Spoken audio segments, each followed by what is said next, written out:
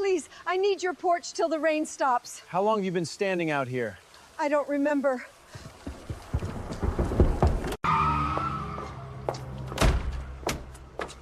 Where is my mother? Your mother? Evelyn Niels, the woman you've been hiding. I didn't hide anyone. I stopped a freezing woman from dying. Troy Graham had $43 left in his account, a demolition notice on his table, and enough soup for only himself and his 8-year-old daughter. Then someone knocked during the worst storm Brookdale had seen in years. The knock was so weak he almost missed it beneath the wind battering the house and the rain pounding against the roof.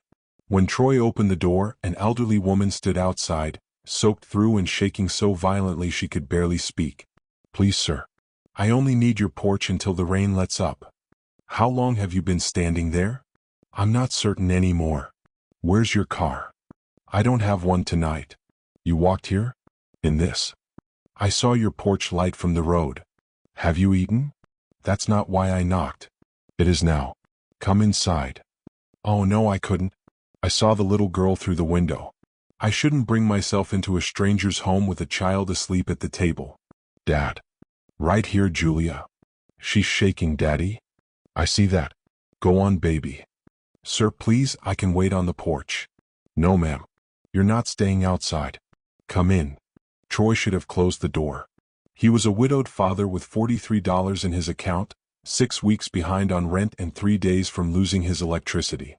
A customer still owed him $900. Julia's school fee was due Monday. The soup on the stove was the last full meal in the house before Troy got paid, and he was already reaching for a second bowl. Julia came back down the hall wrapped around something yellow and worn soft from years of use. "You can use mine," she said. "Daddy says nobody should be cold when we have something warm." The woman took the blanket with both hands, like it had weight beyond its own. Troy didn't know her name yet. He didn't know she couldn't feel her own hands. He didn't know that 4 hours earlier, someone had gripped her hard enough to bruise her shoulder and deliberately abandoned her in the rain. All he knew was that his daughter had already brought out the blanket. And some decisions didn't need more information than that. Troy pulled a chair beside the space heater and checked her breathing, her pupils and the way she held her words together. Habits from a life he didn't talk about anymore. Her name was Evelyn. Troy didn't ask for more than that. A woman her age didn't walk through a storm like this one for no reason, and right now the only things that mattered were whether she could breathe clean and whether she'd hit her head. Everything else could wait. While Troy called the county line to ask about the roads, Evelyn's eyes drifted to the papers spread across his table. A demolition notice and a glossy brochure for something called Niels Heights. Her hand went still around the bowl. Troy noticed. He said nothing.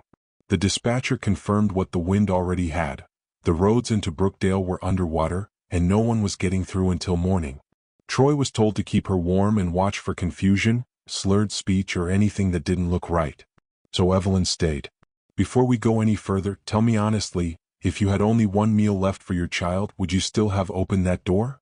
Leave your answer in the comments, because Troy's decision that night was about to bring a billionaire to his doorstep, and uncover a connection to the fire that destroyed his life. And subscribe, because what happened when Evelyn's daughter discovered whose house her mother had entered was something no one in Brookdale saw coming. She had not wandered into Troy's home without a connection to the trouble already waiting on his table. The moment she saw the name Niels Heights, her entire expression changed. Evelyn knew that name. She also knew the woman behind it, her daughter. Weeks later, when her billionaire daughter learned exactly whose roof her mother had slept under, would she see the man who saved her mother's life, or the man standing between her company and a several $100 million deal? By morning, the storm had passed, but Evelyn's hands were still unsteady, and a bruise had bloomed across her shoulder that didn't match a woman who had simply lost her footing. Troy drove her to urgent care in his old truck. Julia buckled in the back because there was no one to leave her with. The doctor confirmed mild hypothermia, dehydration, and bruising that looked less like a fall and more like someone had gripped her hard enough to leave a mark. Evelyn wouldn't call her family. Not yet. She said she needed a day to think. Back home, Troy tried to braid Julia's hair before school and got it uneven, same as always. "That side's still lower," Julia said around a mouthful of cereal. "I know. I fixed the other side yesterday." "You put a hat on it. That still counts." Hannah used to do it without looking. Braid, pack a lunch and remind Troy about a repair job before her coffee went cold. She'd been a night nurse once, the kind of person other people trusted to notice trouble before it became a tragedy. Troy had been that kind of person too. Before Kingsley Towers. Before the fire took everything he thought he'd already lost enough of. The fire that destroyed his old life, the company trying to take his home, and the woman left outside in the storm were all connected. Before Kingsley Towers. Before the fire took everything he thought he'd already lost enough of. Troy sat with that thought longer than he meant to, until Julia's spoon scraped the bottom of her bowl and pulled him back into the kitchen. He'd been awake most of the night anyway. Every hour or so he'd crept down the hall to check on Evelyn, hand near her mouth to feel her breath, palm against her forehead, watching for the shiver to steady into something less violent. Around 3, he caught her studying the row of flashlights he kept lined up on the counter, each one labeled in his own careful handwriting. Kitchen. Hallway. Julia's room. Beside them, taped to the pantry door, hung a laminated card with check marks for every smoke alarm in the house, dated the 1st of each month without fail. You keep a maintenance log for your own home, Evelyn said quietly, not quite a question. Old habit, Troy said, and left it there. By morning her hands were still unsteady, and when her collar shifted he saw a bruise blooming dark across her shoulder, not the soft, spread-out mark of a fall, but something with edges, like fingers had been there and meant to stay. He didn't say anything about it. He just got the truck started. The clinic was 20 minutes out, and Julia rode wedged between them because there was nowhere else to leave her. The doctor confirmed mild hypothermia, dehydration, and the bruise, old enough to have started purpling, fresh enough to still ache. She asked Evelyn gently how it happened. Evelyn said she must have caught the porch railing coming up the steps. The doctor didn't push, but Troy watched her write something down anyway. Is there someone we should call? The doctor asked. A family member? My daughter is traveling, Evelyn said too smoothly for something she hadn't rehearsed. I'd like one day. Just to think. The clinic didn't love the idea of her going home alone, so she didn't. She came back to Brookdale wrapped in Julia's blanket like it belonged to her now, and Troy didn't have it in him to argue. The rest of the day came at him the way most days did, in pieces, none of them waiting their turn. He burned the eggs trying to watch Evelyn and the stove at the same time. He drove out to Mrs. Delgado's place to finally fix the cabinet door he'd promised her a week ago, and when he got back he found the envelope on the counter, the one with the red stripe across the top warning him the power would be cut in 3 days. He folded it in half and slid it under a stack of mail before Julia came through looking for her shoes. Daddy, can you do my hair? He could fix a cabinet hinge blind. He could rewire a ceiling fan with his eyes half shut. He had never once gotten a braid even. That side's lower again, Julia said, twisting to check in the toaster's reflection. I know.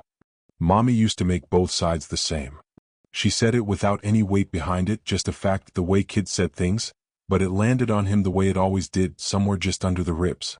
Hannah had worked nights at Kingsley Towers, caring for residents too frail to manage alone, and Troy had worked days there too, back when he still believed a maintenance report meant something. He'd found the wiring first, exposed, patched with electrical tape instead of proper conduit. Then the fire alarm, disconnected at the panel, not broken, disconnected like someone had made a decision. Then the back stairwell doors, chained shut from the outside to keep residents from wandering, fire code be damned. Extinguishers 2 years past inspection. Breaker panels loaded well past anything the manufacturer would have signed off on. He'd photographed all of it. Filed it the right way, through the right channels, with dates and unit numbers and his own name attached because he wasn't in the business of hiding from his own signature. Adrian Vale had called him into an office that smelled like new carpet and told him, almost kindly, that the building was headed for a sale and that reports like his had a way of complicating things that were otherwise very simple. Troy told him the wiring didn't care whose timeline it was inconveniencing. He was let go inside the week. Insubordination, the paperwork said. 6 months later, the fire started on the 3rd floor. Hannah went back in for 2 residents who couldn't get down the stairs on their own. One of them made it out. Hannah didn't. The company's report blamed a resident's space heater and made no mention of an alarm that had never once gone off. When Troy came forward with his old file, he was told no such file existed. He'd spent 3 years since trying to prove otherwise, mostly to rooms that had already made up their minds before he sat down. He hadn't told this to many people. He wasn't sure why he was telling it now, except that Evelyn had asked quietly what happened to Julia's mother, and something in the asking had made it easier to answer than usual. She didn't offer him sympathy. She asked for the report number. The data was filed. Whether the building's internal tracking codes started with a letter or a digit.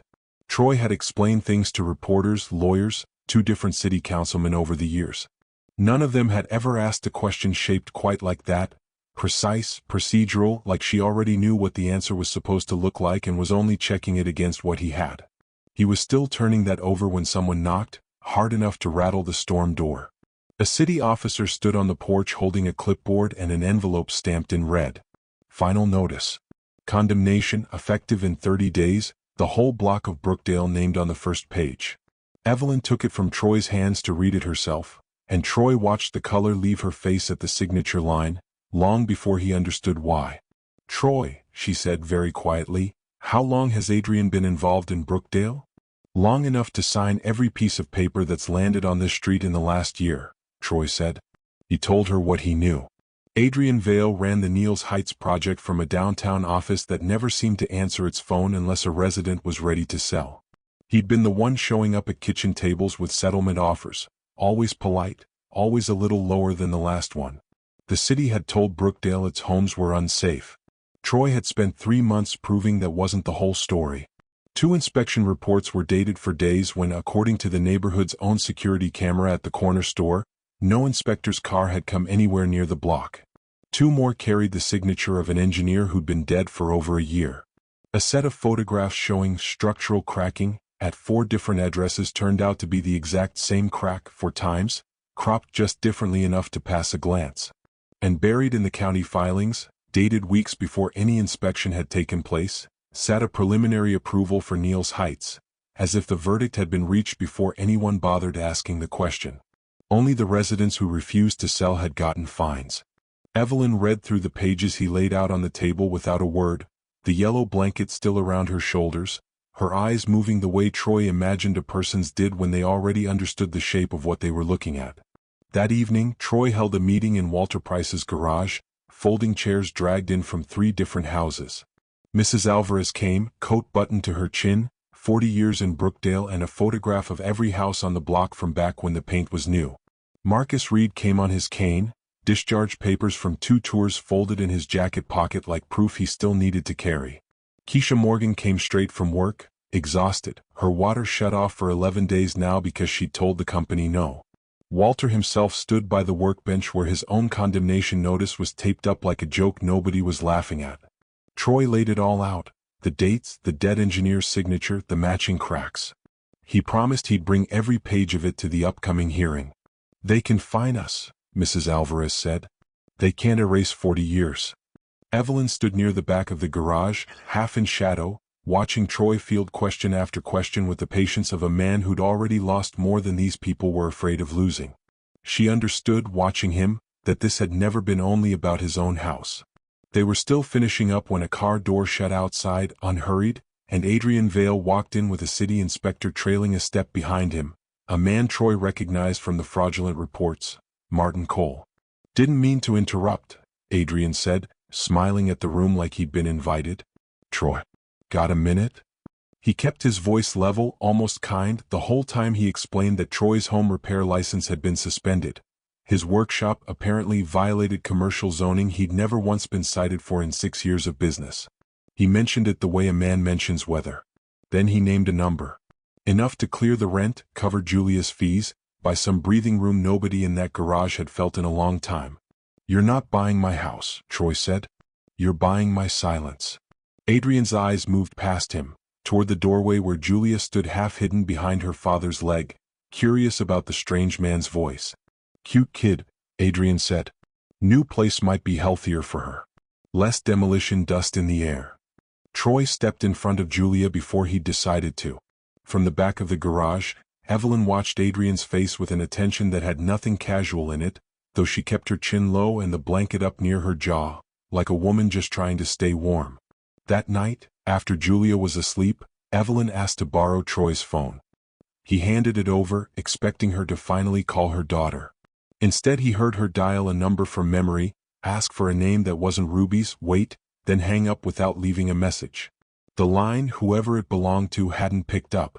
Troy found her afterward at the kitchen table, The Niels Heights brochure spread in front of her under the lamp, her finger tracing an abbreviation printed in the corner of a site map, 3 letters that meant nothing to Troy and clearly meant everything to her.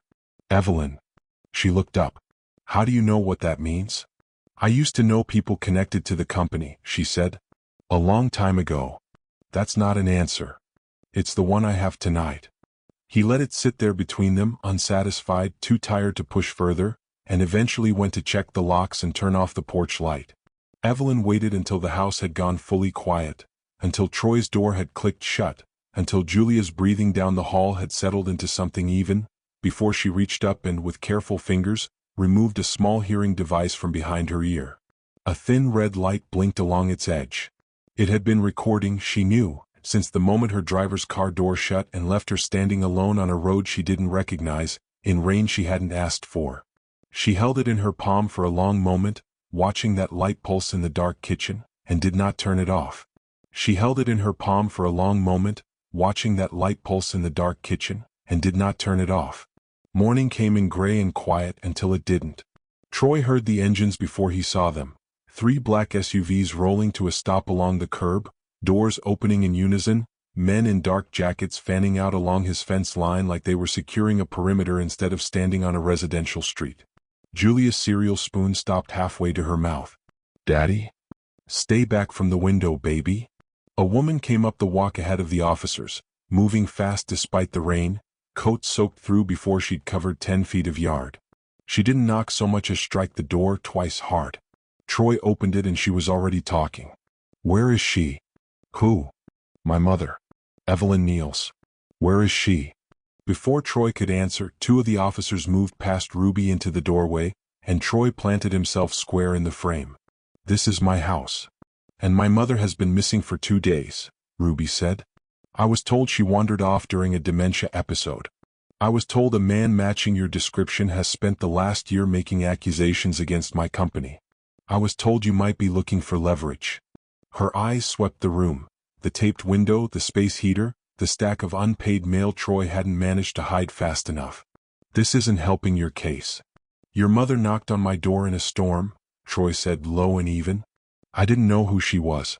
I didn't ask what she owned. I gave her soup and a blanket because she was freezing, and that's the whole story, whether you believe it or not. Ruby's gaze caught on the electricity notice half buried under the mail, and something in her expression hardened, like she'd found her answer. A desperate man. A useful old woman. It wasn't hard to build a motive out of $43 and a folding table. Ruby.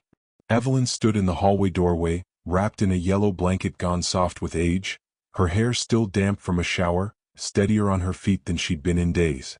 Ruby's face did something complicated, relief first, then confusion, like the sight didn't match what she'd braced herself for. Mom. She turned to the officers. Step back. All of you. They didn't move until Evelyn said it herself, in a voice that carried the particular weight of someone used to being obeyed. Step back. This man gave me shelter while your company is preparing to take his away. You have dementia, Ruby said, quieter now, almost pleading. The residents called me. They said you'd had an episode that you... I don't have dementia, Ruby. Then what happened? Why didn't you call me? Because I wasn't sure yet who I could trust, Evelyn said, and that included you. The silence that followed had teeth in it. You left the company because you couldn't stand watching me run it my own way, Ruby said. You've spent years second-guessing every decision from a cottage 200 miles away, and now you show up half-frozen in some stranger's house and act like I'm the one who failed you. I left because I watched men like Adrian decide that a balance sheet mattered more than the people living under our roofs, Evelyn said. And I came back because I was starting to think he'd decided the same thing about Brookdale. Troy went very still. He looked at Evelyn, really looked, the way he hadn't let himself the past 3 days, and something in the room reorganized itself around a single fact he'd been too tired, too trusting to add up sooner. You didn't just know people at the company, he said. You built it. Evelyn didn't deny it. You sat at my table, Troy said, and his voice had gone somewhere flat and cold he didn't recognize in himself. You asked about Hannah. You asked about the reports, the codes, all of it like you needed to know. You watched my daughter hand you the one thing she can't sleep without. And you let me believe you were just some woman who got lost in a storm. Troy. Don't. I didn't know what they'd done to this neighborhood until I saw the notice in your hand, Evelyn said. I knew the company's name. I didn't know what it had done to you. That's not better, Troy said. That's worse. Julia had come to stand in the hallway, watching the adults with the particular alarm of a child who understood the shape of an argument even when she couldn't follow every word of it. I think you should go, Troy said. Both of you. Daddy, no, Julia's voice cracked. She grabbed a fistful of Evelyn's sleeve like she could hold the whole situation in place by force. She's not done being warm yet. Julia. Troy's own voice nearly broke saying it. Go to your room, please. Evelyn crouched, ignoring the ache it clearly cost her, and pressed her hand briefly over Julia's. She didn't say anything. She didn't have anything that would help. Ruby, watching this, had gone quiet in a different way now, the anger drained out of her expression, replaced by something more careful. Her eyes had drifted to the table, to the stack of inspection reports Troy had laid out the night before, still open where he and Evelyn had left them. She stepped closer, frowning at one page in particular, then pulled out her phone and photographed it without a word, her thumb tracing an alphanumeric string printed in the corner, an internal authorization code, the kind that had no business appearing on a document supposedly filed by an independent city inspector. She didn't ask Troy about it. She didn't need to. Whatever she'd just seen had rearranged something behind her eyes the same way Evelyn's confession had rearranged something behind Troy's. She said nothing further inside the house. She simply took her mother's arm and walked her out into the rain, past the officers toward the waiting car. As she helped Evelyn into the back seat, her mother's hand closed briefly over hers. Adrian didn't lose me in the storm, Evelyn said quietly so only Ruby could hear. He left me there. Ruby didn't answer. She just closed the car door and told the driver to take them to Ashford Private, not the company's own medical center and not the retirement residence either. The doctors at Ashford ran a full workup, cognitive screening, blood work, imaging, and by evening they sat Ruby down with results that contradicted everything the residence's file had claimed. No advanced dementia. No cognitive decline consistent with the diagnosis on record. Evelyn's mind was, by every clinical measure, entirely her own.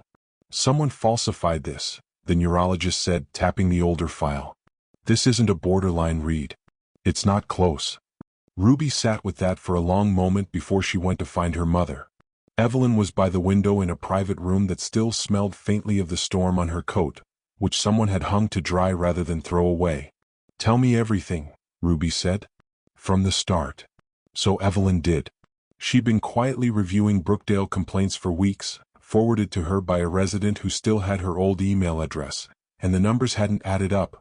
Property assessments too low, timelines too fast, payments moving through consulting accounts that traced back to Adrian in ways that shouldn't have been possible for a project he only oversaw. She'd gone to the retirement residence's business office, quiet, private, the kind of meeting Adrian preferred, and confronted him directly. He hadn't denied any of it. He'd simply produced documents, a transfer of her remaining voting shares into a trust structure he'd control, framed as simplifying her estate. When she refused to sign, his voice hadn't changed at all. He'd just told her driver calmly that Mrs. Niels was overtired and needed to go home and rest. The driver had taken a different road than the one to her house. He'd stopped somewhere she didn't recognize, told her the car needed servicing, and driven off before she understood what was happening. She'd walked until she saw a porch light. Ruby sat very still through all of it. Adrian mentored me, she said finally, like the words cost her something. After Dad died, he was the one he taught me the business. He made the board trust me when I was 31 and everyone assumed I'd inherited a title instead of earned one. I know, Evelyn said. That's exactly why it worked. That's not fair. It's not meant to be fair. It's meant to be true. Your loyalty to him was never a weakness, Ruby. It was just something he learned to use. Ruby didn't answer that. She left not long after, and Evelyn didn't call her back. Back in Brookdale, Troy sat on the edge of Julia's bed while she picked at the hem of her sleeve, working up to a question she'd clearly been holding all day. Why did you tell her to go? It's complicated, baby. Is she bad? No. No, she's not bad. Troy exhaled. She just wasn't honest with us about who she was. Her family owns the company that's trying to take our house. Julia considered this with the flat, unblinking logic of an 8-year-old cutting straight through an adult's careful phrasing. But she was still cold, she said. When she knocked on the door. She was still cold, Daddy? Troy didn't have an answer for that one. He sat with it long after Julia had fallen asleep, turning over the difference between a lie and an omission, and not finding the line between them quite as clean as he needed it to be. Ruby came back the next evening, alone, no officers, no car full of security, just her, standing on the porch in a coat that looked wrong for how far she'd had to walk from wherever she'd left the car. I need to see everything, she said. Everything connected to Brookdale. To Hannah. Why should I show you anything? Because I think my mother might be right, and if she is, I need to know how far this goes. Troy studied her for a long moment. You said her name like you already knew it. Ruby was quiet. You did know it, Troy said. Didn't you? Years ago, she admitted. There was a settlement. A fire at one of our older properties. Legal brought me a summary to sign. Routine, they said, a liability matter already closed out. Adrian told me the details. I signed where he pointed, and I never read past the first page. Her name was on that page? Hannah Graham. Yes. Something in Troy went very quiet and very cold at once. My wife, he said, became one page in a folder you didn't have time to open. Ruby didn't try to defend it. I'm not asking you to forgive that. I'm asking you to show me what you have, so it doesn't happen to anyone else on this street. Troy left her standing in the doorway for a long moment before he stepped back and let her in. He laid out the file box he kept in the hall closet. Photographs of the exposed wiring, the disconnected alarm panel, the chain stairwell doors, and underneath all of it, a yellowed certified mail receipt, the kind with a tracking number stamped along the bottom in blue ink. Ruby picked it up and turned it toward the lamp. This proves the company received your original report, she said slowly. Before the fire. That's what I've been saying for 3 years. She pulled out her phone, cross-referencing the tracking number against something on her screen, her face going pale by degrees as the record loaded. Troy. Her voice had changed. This was logged as received. And then closed 2 days later, as resolved, no further action needed. She looked up at him. The account that closed it out wasn't a maintenance login. It was an executive credential. Whose? Ruby turned the screen so he could see it himself. Adrian Vale's name sat at the bottom of the record, time-stamped 2 days before the fire that killed Hannah, marking Troy's warning as nothing worth keeping. Ruby didn't sleep that night. By morning she'd made a call she should have made 3 years earlier, to Dana Mercer, a forensic accountant she'd crossed paths with once during an audit dispute, a woman who'd spent a decade at the federal level before going independent and taking only the cases she believed in. I need this quiet, Ruby told her. And I need it real whatever it turns up. Including about me. Dana started with the backup servers Troy's original report had supposedly never touched. It took her 4 days to find what the company's own IT department had apparently missed, or been told not to look for. An archived copy, untouched since the night it was filed. The trail from there was clean in the worst way. Troy had submitted the report. Adrian had opened it within the hour. The maintenance ticket had been quietly reclassified from urgent to routine, no explanation logged. The fire alarm disconnection was itemized in a cost reduction memo circulated the same week, alongside a dozen other efficiency measures, across the portfolio. No repair order had ever been issued. And 2 days after Hannah's death, the entire file had been deleted from the active system. The same day records showed that Adrian had signed off on the settlement Ruby had never read past its first page. Dana printed it all and brought it to Troy's kitchen table herself, because Ruby thought he deserved to hear it from someone who owed him nothing. Troy went still reading it, then not still at all. His hands shook turning the last page, the one where Hannah's name appeared plainly typed beside a line that read no further action required. They knew, he said, and his voice came apart on the second word. They knew people could die in that building and they closed the file anyway. Ruby stood near the doorway, unsure if she had any right to be in the room. Troy, Don't. You didn't look up. Don't say you're sorry. Sorry doesn't put her back in that kitchen. Sorry doesn't teach Julia how her mother braided hair. He pressed the heel of his hand against his eyes. There's nothing you can say that fixes what a piece of paper decided 3 years ago. Ruby didn't try again. She sat with him in the silence instead, which was the only thing she had left to offer. Julia found him an hour later, alone at the table, Hannah's photograph propped against the sugar jar where he must have set it without meaning to leave it there. "Daddy?" "Hey, baby." She climbed into the chair beside him and studied the photo the way she studied everything, carefully, like it might tell her something if she looked long enough. "Was Mommy brave?" Troy's throat worked before he answered. "She went back inside a building that was on fire to help people who couldn't get out on their own. She got 2 of them to the stairwell before." He stopped. Started again gentler. "Yeah. She was about the bravest person I ever knew." Julia nodded slowly, turning that over with the same seriousness she gave everything lately. "Then they shouldn't say the fire was her fault," she said. "That's not fair. She was trying to help." Troy looked at his daughter for a long moment, and something in him that had been circling the same exhausted grief for 3 years found, finally, somewhere new to land. "No," he said. "It's not fair. And I'm going to make sure people know that." Dana's next set of findings arrived 2 days later, and they went well past one deleted file. Martin Cole, the city inspector who'd signed off on half of Brookdale's condemnation notices, had been receiving payments, not bribes exactly, at least not on paper, but consulting fees from a shell entity that traced straight back to Adrian's personal holdings.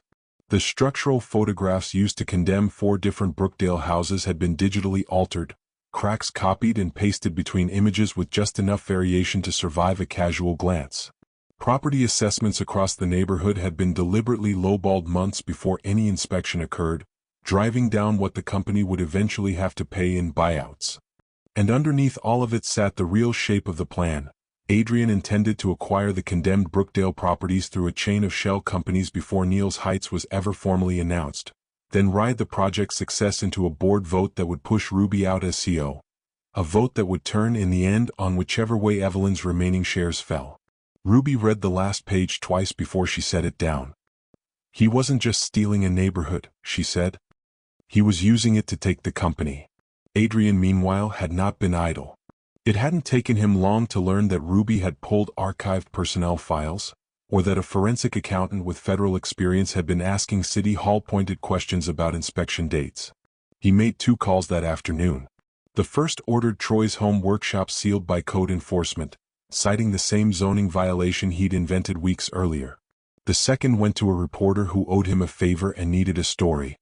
Troy didn't know any of this yet when he pulled into his driveway that evening, tired in the particular way that came from spending a day trying to hold grief and rage in the same 2 hands. He saw the yellow tape first, strung across his workshop door like the building itself had been accused of something. Then the van parked at the curb, a reporter already stepping out with a microphone and a look on her face that told him she'd arrived with her mind already made up. He didn't need to ask what story she was chasing. His phone buzzed in his pocket before she'd even reached him. A news alert, headline already live, his name sitting right there in the middle of it. "Single father accused of exploiting missing billionaire's mother." The story moved faster than Troy could keep up with. By the next morning, 2 customers had called to cancel work he'd already bought materials for. By the afternoon, a third left a voicemail that didn't bother pretending it was about scheduling. Julia came home from school with her backpack held tight against her chest and didn't say anything until dinner, when she finally admitted a girl in her class had asked if her daddy was the man on the news who tricked the old lady. Troy sat with that a long time after she'd gone to bed. The landlord's letter arrived 2 days later. 72 hours to catch up what he owed or vacate. Troy stood in his kitchen with that letter in his hand and understood, for the first time since the storm, that he was tired in a way sleep wasn't going to fix. He called Ruby that night. "I'll step back from the hearing," he told her. "Withdraw the reports. All of it. If you clear my name privately, quietly, and make sure nothing else touches Julia." There was a long pause on the line. "You'd really give up the hearing? I've got a 72-hour clock and a kid who's scared to go to school. I don't have the luxury of principle right now." Ruby, to her own surprise, considered it. A quiet resolution would spare the company a public unraveling, spare her the board's questions, spare everyone the mess of Adrian's name dragged through headlines alongside her family's. It was, in the practical arithmetic she'd been trained in since she was 31, the cleaner outcome. She hadn't finished agreeing before Evelyn spoke from the doorway, where she'd been listening longer than either of them realized. "Private truth protects powerful people," Evelyn said. "Public truth protects everyone else." "Mom?" I mean it as plainly as I can say it. Handle this quietly and Adrian keeps his consulting fees, Martin Cole keeps his badge, and the next neighborhood after Brookdale gets exactly what this one almost got. Quiet has always been how men like him survive. Troy thought of Hannah's file. The settlement Ruby had signed without reading, the report closed 2 days before her name went into a folder no one opened again for 3 years. Quiet was what had killed her in its way. Quiet was the reason nobody had believed him for 3 years running.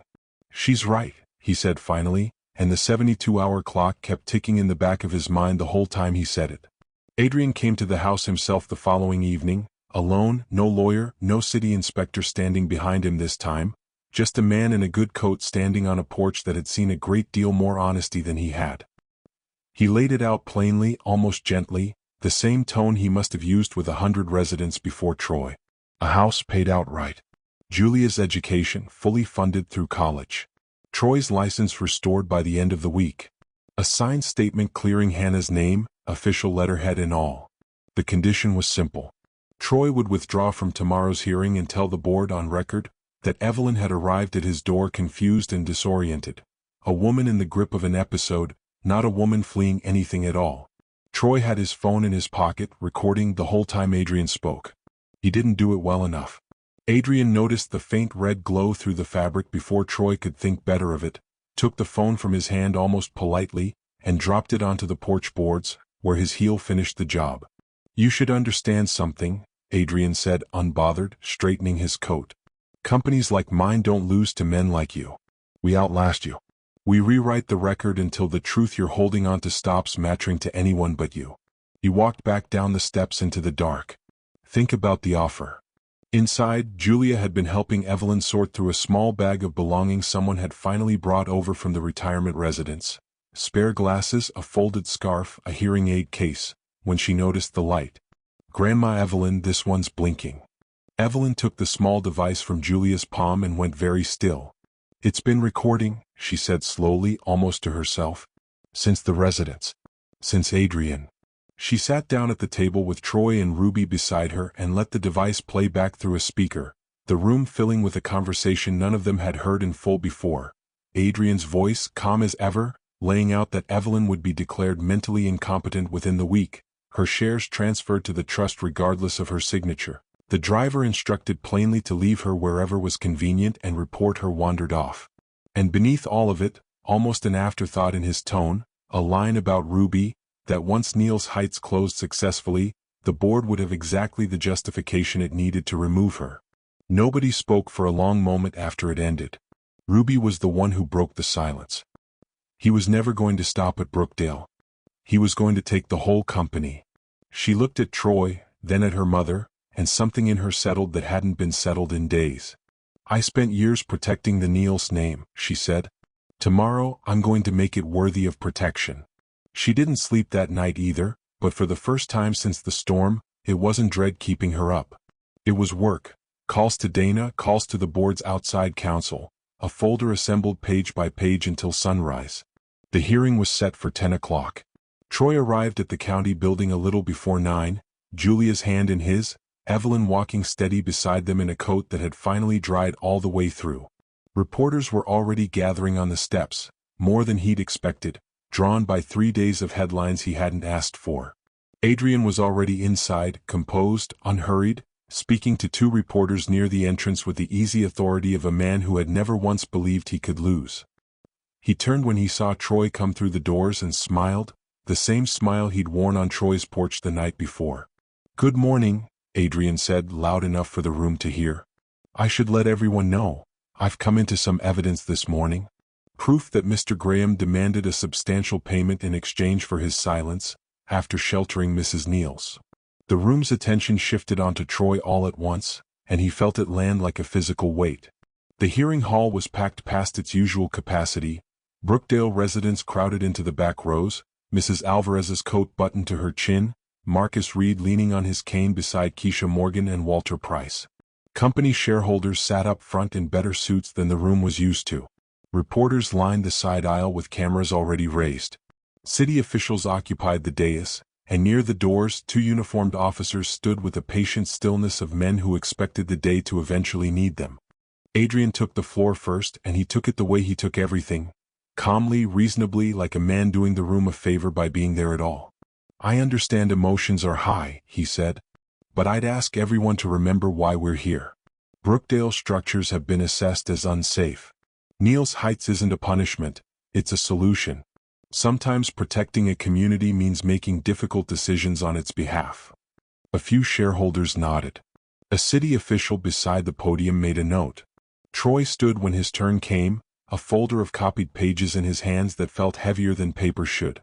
He laid it out the way he'd laid it out in Walter's garage weeks earlier, except this time with everyone watching. The 4 photographs of structural cracking, that were, pixel for pixel, the same crack copied across 4 different addresses. The inspection reports dated for days a neighborhood camera proved no inspector's car had come near the block. The signature belonging to an engineer who'd been dead for over a year. The preliminary approval for Neil's Heights, filed weeks before any inspection had legally taken place. Martin Cole, seated near the front, shifted in his chair. Administrative errors, he said when asked to respond. Clerical mistakes happen in high-volume filing. There's no conspiracy in a wrong date. It was thin, and Troy watched a few faces in the crowd register exactly how thin, but Adrian didn't let the silence sit long enough to matter. Since we're discussing conspiracies, Adrian said, standing again, his tone shifting just slightly, something sharper underneath the calm now, I think the board deserves to know what actually happened the night Mrs. Niels arrived at Mr. Graham's home. He held up a printed page, a string of text messages, formatted to look pulled straight from a phone, in which a number Troy didn't recognize appeared to demand a settlement in exchange for staying quiet about Evelyn's whereabouts. Mr. Graham has a documented history of grievances against this company, Adrian went on. He recognized Mrs. Niels the moment she arrived. He sheltered her, gained her trust, and used the opportunity to extract exactly what he's wanted for 3 years, a payout, dressed up as compassion. Troy felt the room's temperature change. He watched a shareholder lean toward another, whispering. Watched Mrs. Alvarez's expression falter, just slightly, uncertain now despite everything she'd heard him say in her neighbor's garage. He opened his mouth to answer, and before he could, a small voice cut through the hall instead. Julia stood up from her chair beside Troy, small and fierce in the middle of a room built entirely for adults. My daddy didn't even know her last name, she said, loud enough that the microphones near the front picked it up and carried it to every corner of the hall. He gave her my blanket before she told us anything. He didn't even know she was rich. He just knew she was cold. A ripple moved through the crowd, not proof, not yet, but something warmer than what had been in the room a moment before. Troy put a hand on his daughter's shoulder and gently guided her back into her seat, his throat too tight to manage words of his own just yet. It was Evelyn who stood next. She's telling the truth, Evelyn said, walking to the microphone with the steady, commanding posture she'd been hiding under a soaked raincoat weeks earlier. Troy Graham had no idea who I was when he opened his door. I made certain of that myself because for reasons that will become very clear in the next several minutes, I wasn't ready to say my name to anyone. She reached into her coat pocket and produced the small hearing device, holding it up for the room to see. This has been recording since the night my driver abandoned me on a road outside the retirement residence, on Adrian Vale's instruction. She said it near the microphone and pressed play. Adrian's voice filled the hall, calm and unmistakable, laying out exactly what the room had just heard rumors of and worse. The plan to have Evelyn declared mentally incompetent, her voting shares seized regardless of her signature, the driver's explicit order to leave her wherever was convenient, and beneath it all, almost idle, the promise that once Neil's Heights closed successfully, the board would finally have what it needed to remove Ruby as CEO. The color went out of Adrian's face by degrees, his composure cracking in real time in front of every camera in the room. Ruby stood before he could recover. I have more, she said, and her voice, though quieter than Adrian's had ever been, carried further than his had all morning. She laid it out piece by piece. The recovered backup file proving Troy's original fire safety report had been received, opened by Adrian and reclassified within the hour. The cost reduction memo ordering the alarm disconnected. The deletion of the entire file 2 days after Hannah's death. The payments routed to Martin Cole through a shell consulting firm. The altered Brookdale photographs. The shell company's position to buy up condemned properties before the project was even announced. I signed documents I should have questioned, Ruby said, and for the first time that morning her voice wavered, though she didn't let it break. My ignorance protected the people who harmed these families. That ends today. She turned toward the dais, toward the cameras, toward the whole room at once. Niels Heights is cancelled. Adrian Vale is terminated, effective immediately. Every document in this investigation has already been delivered to state and federal authorities. For a moment, Adrian didn't move. Then he did, fast, pushing through the side aisle toward an exit door before anyone quite registered he'd left his seat. He didn't make it far. The officers who had been standing so patiently by the doors intercepted him just outside the building, and through the hall's tall windows, half the room watched him get walked to a car that wasn't his. Martin Cole tried the same, slipping toward the back exit through the crowd, but Walter Price's hand closed around his sleeve without much ceremony, and an officer reached him a moment later. The room erupted into something between chaos and relief. Reporters shouting questions, shareholders murmuring, Mrs. Alvarez with a hand pressed to her chest and tears she didn't bother hiding. By that afternoon, the city had suspended every Brookdale condemnation notice. Troy's workshop seal was lifted before dinner. The Kingsley Towers file was reopened for full review, and a city spokesperson confirmed on record that Hannah Graham's name would be formally reconsidered in light of new evidence. Later, once the hall had emptied and the cameras had gone, Ruby found Troy near the steps outside, Julia asleep against his shoulder, Evelyn beside them wrapped in her own coat now instead of a borrowed blanket. Ruby held out a folded check, the number on it large enough to erase every debt Troy had carried for 3 years and then some. Troy looked at it for a long moment. Then he folded her fingers back over it, gently, and shook his head. This isn't what Brookdale needs, he said. This isn't what Brookdale needs, Troy said, and folded her fingers back over the check. Several months later the words still held. Adrian Vale's trial moved faster than anyone expected once Martin Cole agreed to testify against him in exchange for a lighter sentence of his own. The charges filled most of a page: fraud, bribery, evidence tampering, elder abuse, conspiracy, falsification of medical records. And by the time the state finished laying them out, there wasn't much room left for the calm, tailored version of the man who'd once stood in Troy's driveway offering to buy his silence. The Kingsley Towers review came back not long after. Hannah Graham was formally cleared of any responsibility for the fire that killed her. The public report went further than Troy had ever let himself hope. It stated plainly that his original warning, if acted on, could have prevented the tragedy entirely. He read that sentence twice at his kitchen table, alone, and let himself grieve in a way he hadn't been able to for 3 years, because for the first time the grief didn't have to carry an argument alongside it. Ruby had come to him not long after the hearing with an offer large enough to buy a different life entirely. Troy had turned it down the same way he'd turned down the check on the courthouse steps. Instead he asked for something else. Every salvageable home in Brookdale repaired properly, not patched. Fair housing guaranteed for anyone displaced during the process. Compensation for the Kingsley Towers families who'd spent 3 years being told their grief was an inconvenience. An independent safety reporting system that didn't route through the same executives who'd once decided a fire alarm cost too much to fix. Real protection for any employee who came forward the way he once had. And a seat, an actual seat, not a formality, for residents in any future decision that touched their homes. Ruby agreed to all of it without negotiating a single point. Then she offered him a job. Community Safety Director, she said, sliding the folder across his kitchen table. Full authority over inspections, reporting standards, tenant protections. Company-wide, not just Brookdale. Troy pushed it back an inch. I don't want a job because I happen to give your mother a blanket. That's not why I'm offering it. Ruby slid the folder forward again. Read the qualifications section. He did. 17 years informal experience in structural safety assessment. Direct knowledge of the exact failures the company had spent a decade covering up.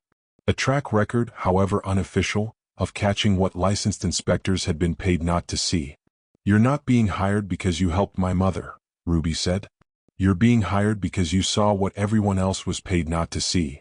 Troy looked at the number attached to the salary line for a long moment, then at his daughter's bedroom door down the hall and signed. Evelyn never went back to the retirement residence.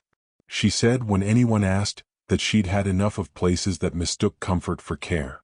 Instead she moved into a small cottage 2 streets over from Troy and Julia, Close enough to walk, close enough that close enough to walk became the whole shape of her new life. She showed up most weekday afternoons to help Julia with homework she didn't strictly need help with, and most Saturdays to teach her to bake something that never quite turned out the same way twice. She started attending the neighborhood meetings Troy still held, not from the back of the room in a borrowed blanket anymore, but from a folding chair up front, arguing with Troy at length about whether a particular porch railing needed replacing or just tightening, an argument that never seemed to actually end, only pause. Julia had started calling her Grandma Evelyn sometime in the second month, without asking anyone's permission first, and nobody in that house had bothered correcting her. Ruby came to Brookdale more often than her calendar technically allowed, and eventually without the assistants and security officers who used to trail her everywhere. She and Evelyn found their way back to each other slowly, in the unglamorous way real repair usually happens. A shared coffee here, an apology offered without demanding forgiveness in return, a Sunday spent painting a porch together in old clothes neither of them minded ruining. Something quieter grew between Ruby and Troy in the same slow way. Nothing declared, nothing rushed, just coffee during rebuilding meetings that ran long past their agenda. Ruby's sleeves rolled up helping Julia paint a fence the wrong shade of blue on purpose because Julia liked it better that way. Troy noticed, more than once, how much more herself Ruby seemed standing in his kitchen than she ever looked photographed in a boardroom. "Your house feels warmer than any building I've ever walked into," she told him once, and didn't explain further, and didn't need to. Julia's school concert fell on a bright evening in early spring. She wore her yellow floral dress for the occasion, the one that had somehow, without anyone deciding it, become her good dress. Evelyn sat in the front row, back straight, unmistakably proud.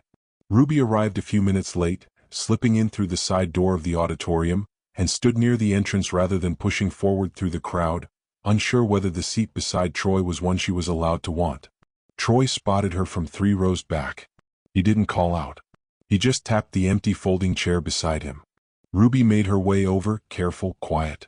"Is that seat taken?" Troy shook his head. "I saved it for you." She sat, and on stage, in the middle of a row of 8-year-olds fidgeting with recorders and paper crowns, Julia found her father's face in the crowd, found Ruby beside him, found Evelyn glowing in the front row, and smiled so wide it nearly threw off her cue. After the concert, in the parking lot glow of the street lights, Julia reached into her bag and pulled out the same yellow blanket that had started all of it, soft now from years of use and one very strange winter. She wrapped it gently around Evelyn's shoulders the way Evelyn had once wrapped it around herself on a stranger's porch. The blanket that Troy's family had given away when they had almost nothing now sat on the shoulders of a woman who had become, against every possible odd, a grandmother to his daughter, a witness who had helped clear his wife's name, and proof that the door he'd opened during a storm had never closed since.